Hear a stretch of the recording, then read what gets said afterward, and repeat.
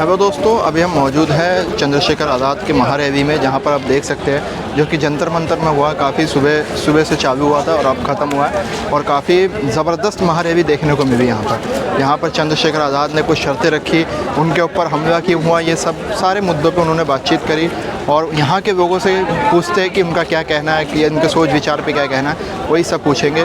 तो वीडियो पसंद आए तो वीडियो को लाइक करें, शेयर करें, सब्सक्राइब करें।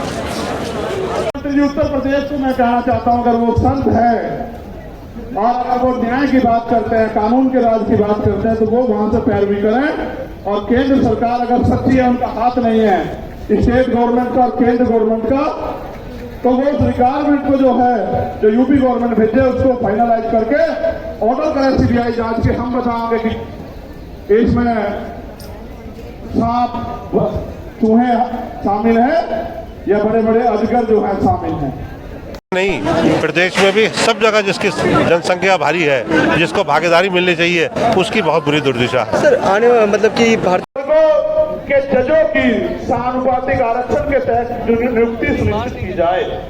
और ऐसा एक उदाहरण बता देता हूँ, यूपीएचएस में पिछले 10 साल में दलित समाज का एक भी बच्चा भर्ती नहीं हुआ। आप क्या करा देना, उन्होंने एक षड्यंत्र कर रखा है। हम उनको हरा देते हैं कंपटीशन में, इंटरव्यू में वो हमें हरा देते हैं। उन्होंने कहा इंटरव्यू में 80 नंबर भी आएंगे तो भाई कामयाब नहीं माना जाएगा। यूपी के अंदर गुंडा राज खत्म किया है, बहुत बदलाव हुए हैं यूपी के अंदर पिछले 10 सालों में। नहीं, मैं गुंडा राज की बात तो छोड़िए, आप गुंडा राज के पीछे क्यों पड़े हो? आप गरीब का राज लाइए ना। आप भूखे कमजोर का, दलित का, पिछड़े का, अति पिछड़े का, जिसको बाबा साहब ये देश आजाद करके संविधान देकर गए हैं, संविधान की रक्षा की बात है, आप उसकी बात कीजिए। आप सुरक्षा करे और आयोग उनकी निगरानी करे। और इसलिए मैंने कहा कि बिहार वालों को भी अपने यहाँ आयोग बना देना चाहिए। बैठ जाओ रे, ठीक है, बैठ जाओ यार। ये होना चाहिए, नहीं होना चाहिए? ठीक है, बहुत अच्छा। उठियो मत भाई। SC/ST एट्रोसिटी एक्ट 1989 के उपबंध 4 के तहत जिला स्तर पर जिलाधिकारी की संस्तुति में जांच प्रक्रिया की निगरानी हेतु अधिवक्ताओं की कमेटी का गठन किया जाए तथा SC/ST समुदाय के जघन्य अपराधों जिसमें कम से कम 7 वर्ष की सजा हो, पीड़ित परिवार को आर्थिक सहायता राशि कम से कम जो भी 8,25,000 रुपए मिलती है 50 लाख रुपए की जाए। पीड़ित परिवार के एक सदस्य को सरकारी नौकरी दी जाए। बताओ सहमत हो या नहीं सहमत हो? भाई मंच के लोग हाथ नहीं उठा रहे हो, तो हम एक तरफ हो गए की क्या बात कर रहे हैं? सबसे ज्यादा गुंडे तो जो रखवाले हैं उन्हीं के पास हो सकते हैं, तो देश की कैसे रखवाली होगी? पहले अपने गिरवान में जाके देखना चाहिए। कुछ लोग ऐसे भी हैं, कुछ उनके कार्यकर्ता भी हैं कि जो कह रहे हैं कि हर चीज़ खत्म हुआ है, लॉ एंड ऑर्डर बहुत ही अच्छा हुआ है यूपी में पिछले 10 साल में। पूरे प्रदेश में नहीं, मणिपुर से देख तो लीजिए लाइन ऑर्डर देश का क्या है। प्रदेश के लाइन ऑर्डर को आपने देखा तो है, किस तरीके से नंगे नाच होते हैं। ये सारी चीजें तो आपके चैनल दिखाते रहते हैं। वो कुछ चैनल ऐसे हैं जो छुपा लेते हैं, जो सरकार के दबाव में रहते हैं। लेकिन चलो आगे बढ़ो। SC/ST वर्ग के अधिकारी कर्मचारियों का उच्च पदों पर, SC/ST OBC वर्ग के अधिकारियों कर्मचारियों का उच्च पदों पर समुचित प्रतिनिधित्व हेतु प्रमोशन में रिजर्वेशन का प्रावधान किया जाए तथा इन वर्गों का बैकलॉग कोटा पूर्ण करने के लिए विशेष भर्ती अभियान चला जाए। हमारे बहुत सारे अधिकारी कर्मचारी आए हैं, आप भले धीमे धीमे हमारे साथ खड़े हो रहे हो, हम आपके साथ खड़े हैं। प्रमोशन में रिजर्वेशन SC/ST OBC को लागू करवा कर देंगे, इस देश में याद रखे हो। सन 1931 के बाद देश में आज तक जाति आधारित जनगणना नहीं की गई, अतः जाति आधारित जनगणना की हम पुरजोर मांग करते हैं तथा जिसकी जनसंख्या भारी उचित हिस्सेदारी के तहत देश में वास्तविक लोकतंत्र कायम हो सके एवं जनसंख्या के अनुपात में आरक्षण बढ़ाया जाए। आप चाहते हो जातिगत जनगणना हो? ठीक है। यह है कि सरकारी उपक्रमों तथा संस्थानों का निजीकरण संविधान की लोक कल्याणकारी राज्य की अवधारणा खिलाफ है, क्योंकि यह सरकारी नौकरियों में आरक्षण को समाप्त करने की साजिश है। अतः निजीकरण पे तत्काल प्रभाव से रोक लगाई जाए। आप इस पे सहमत हो? कि कुछ चैनल वाले बहुत अच्छे हैं, जो गरीब की मजलूम की बात, जो सरकार जो सड़क पर पिट रहा है, जो महिला जिसके साथ अत्याचार और बलात्कार हो रहा है, उसको दिखाते हैं। मैं उनका धन्यवाद दूंगा उन चैनलों का। लेकिन जो चैनल छुपा रहे हैं, उन्हें अपने बारे में सोचना चाहिए कि उनके भी बच्चे हैं, बीवी है, और वो भी इस देश में रहते हैं, उन्हें देश की बात करनी चाहिए। मणिपुर पे क्या स्टैंड? जब हमारी सरकार आओगी सारा जिनका निजीकरण हुआ उनका राष्ट्रीयकरण कर देंगे, आप चिंता मत करें। केंद्र और राज्य सरकार के सभी कर्मचारियों के लिए पुरानी पेंशन लागू की जाए। यह है कि सेना में अग्निवीर स्कीम को खत्म कर पुरानी भर्ती व्यवस्था लागू हो, क्योंकि आपने देश की सुरक्षा के साथ खिलवाड़ की और नौजवानों के भविष्य के साथ लोग अग्निवीर से वापस लौट रहे हैं, उसको भी हम ही करा कर देंगे और किसी में हिम्मत नहीं। ठीक है, भारत एक कृषि प्रधान देश है, किसान देश की रीढ़ है, अतः किसानों की एमएसपी की समयबद्ध कानूनी लीगल गारंटी सुनिश्चित की जाए। और अभी जो किसान आंदोलन हुआ था उसमें जो झूठे मुकदमे लगाए गए थे वो मुकदमे वापस हो, और जो किसान सम्मान निधि 6,000 रुपए आप दे रहे हैं उसको बढ़ाकर 24,000 रुपए किया जाए। यह है कि संविदा नौकरी में आउटसोर्सिंग भर्ती को तत्काल खत्म किया जाए तथा संविदा पे कार्य कर रहे कर्मचारियों को भी, नियमित कर्मचारियों को समान वेतन और अन्य सुविधाएं दी जाए। जो सफाई कर्मचारी ने संविदा पिछले 5 वर्षों से अधिक समय से ठेके संविदा पे रखे गए हैं, उनको संवैधानिक आरक्षण का अनुपालन करते हुए नियमित किया जाए। आप इससे सहमत हो?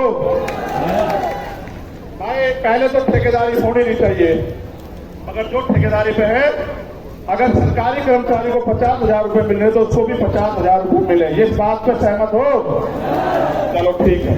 रहेगा आपकी पार्टी का? स्टैंड किया अभी चंद्रशेखर भाई बोल रहे थे, और भी नेता हमारे राष्ट्रीय अध्यक्ष जी ने बोला है, आदरणीय अखिलेश यादव जी भी बोले हैं, हमारे सारे नेता इस मामले को जितने घटक दल हैं सारे बोल रहे हैं, इसलिए कुछ ना कुछ जो है इस पर आपको नया मिलेगा भी। लेकिन लग नहीं रहा कि सरकार के ऊपर दबाव बन रहा है?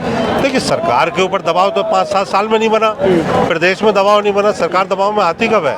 सरकार तो सब कुछ ठीक बता रही है। यह आने वाली जनता जो लाखों लोग आए हैं ये साबित कर रहा है, ये नजीर है इस बात की सरकार क्या कर रही है और लोगों के दिलों में क्या है। चलिए, और सफाई कर्मचारी दिल्ली के तैयार हैं आपकी मांग हम अगले 1 महीने पूरी करवाने के लिए यहाँ की सरकार से भी निपटेंगे, आप चिंता न करिए। यूनिफॉर्म सिविल कोड लागू करने से पूर्व सामाजिक और आर्थिक गैर बराबरी समाप्त की जाए तथा शैक्षिक और लैंगिक स्थापना समानता स्थापित की जाए। उसके बाद यूसीसी पे आपसे बात करेंगे। अगर आप अल्पसंख्यकों के विरोध में कोई भी कानून लाओगे हम उसका ड्राफ्ट करेंगे, आपकी ईंट से ईंट बजा देंगे। सरकार के लोग इस बात को याद रखना। और भाई आखिरी मांग ये है, मैंने कहा था राष्ट्रीय अध्यक्ष जी पढ़ देंगे, मैं मांग बता देता हूं कि इस घटना की सीबीआई जांच हो और सुरक्षा तो भाई समाज ही करेगा, थारे मांगने दे देने वाले तो है नहीं। लेकिन बड़ी बात यह है, ये समझना पड़ेगा कि देश के जब सरकार के नेताओं को सुरक्षा मिल सकती है तो हमारे नेताओं को भी सुरक्षा मिलनी चाहिए। सरकार आती जाती रहती है, हम भी टैक्स देते हैं, आप भी टैक्स देते हो, हमारी संख्या ज्यादा, हमारा टैक्स ज्यादा है, फिर सुरक्षा आपको क्यों? आपकी तो सरकार है, आप तो गोली चला रहे हैं। गोली तो हम दलित पिछड़े अल्पसंख्यकों की छाती से निकल के जा रही है। आपको पता है पहलवानों के मामले में न्याय कैसे हुआ, आपने देखा, आपको याद है, पहलवानों का समर्थन भी हमारे साथ है। और यहाँ मणिपुर की कुछ बेटियां भी बैठी है, वो मिलना चाहती है, मैं उनको भी सुनूंगा। और हमारी बहन प्रतिभा जी वो भी यहाँ हैं जो पूर्व विधायक है नवलगढ़ से, उनका भी धन्यवाद। बहुत सारे साथी जिनके नाम छूट गए, गांव प्रकार रहेगा हमारे छोटे भाई की सिस्टर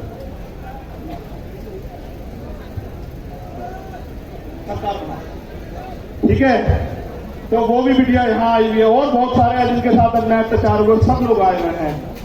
और एक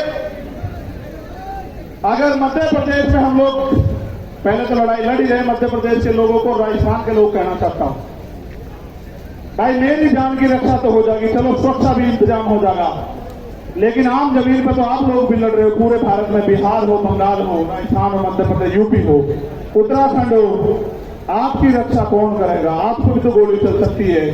इसलिए हमें सुरक्षा की नहीं, अपनी सुरक्षा के लिए समाज की सुरक्षा की जरूरत है। इसलिए सरकार सुरक्षित माहौल लागू करे, और अगर सरकार पे सुरक्षित माहौल लागू नहीं हो तो सरकार कुर्सी छोड़े। क्यों जबरन चिपक के बैठे हो भाई? आप मणिपुर को न्याय नहीं दे सकते, आप राजस्थान में न्याय नहीं दे सकते, आप बिहार बंगाल में न्याय नहीं दे सकते, आप दिल्ली में न्याय नहीं दे सकते, आप मध्य प्रदेश में और केंद्र से न्याय दे सकते। तो भाई हम अपने लोगों को ये कहना चाहते हैं आप सब लोगों के सहयोग से कि राजस्थान के लोग मेहनत करने पे आ जाओ, मध्य प्रदेश के लोग मेहनत करने पे आ जाओ, छत्तीसगढ़ के। तो इसी बार जो है आपका सत्ता की चाबी आपके हाथ में मध्य प्रदेश राजस्थान में आ जाएगी, छत्तीसगढ़ में। क्योंकि चुनाव जैसा होगा उसमें 5-7 वोट विधायक जिसके पास होंगे उसके पास चाबी होगी, और हम काम करने वाले लोगों को लड़ा रहे हैं। तो हमारा विधायक जो है हो सकता है वो चीफ मिनिस्टर बन जाए या डिप्टी चीफ मिनिस्टर बन जाए, आपकी सरकार में हिस्सेदारी हो जाए। इसलिए आपसे कहूंगा मध्य प्रदेश राजस्थान के लोग ज्यादा काम करें और आप यहां आए पुणे।